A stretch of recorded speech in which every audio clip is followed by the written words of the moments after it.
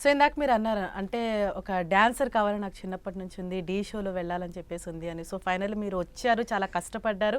యాక్చువల్గా లాస్ట్లో మీరే విన్ అవుతారని కూడా చాలా మంది ఎక్స్పెక్ట్ చేశారు. బట్ లాస్ట్ మినిట్లో ఏం జరిగింది? అది ఏం జరిగిందంటే లైక్ మేము సోలోగా వెళ్ళాము. యాక్చువల్లీ ఆ టైంలో మేము గ్రూప్కి వెళ్ళాల్సింది.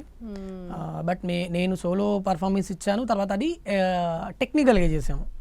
సో దానివల్ల కొంచెం డ్యాన్స్ తగ్గింది అనిపించింది వాస్తవానికి అయితే.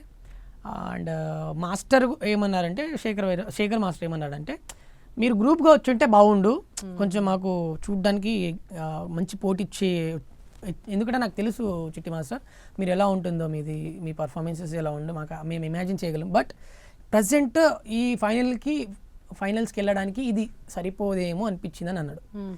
సో అప్పుడే మేము ఫిక్స్ అయిపోయినాము, ఓకే డన్ వెళ్ళలేము అని.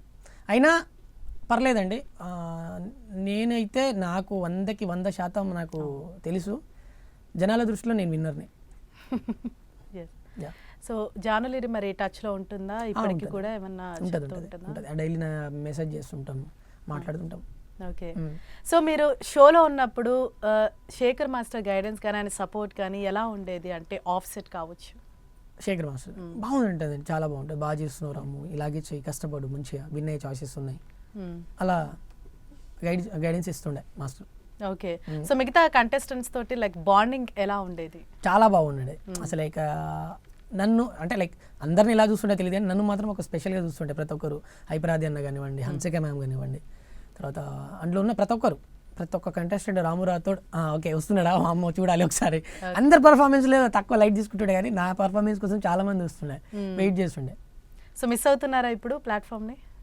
మిస్ అవుతున్నానంటే మిస్ అవుతున్నట్టే, బట్ నాకు ఒక డ్రీమ్ ఫుల్ఫిల్ అయిందండి అక్కడికి వెళ్ళిన తర్వాత.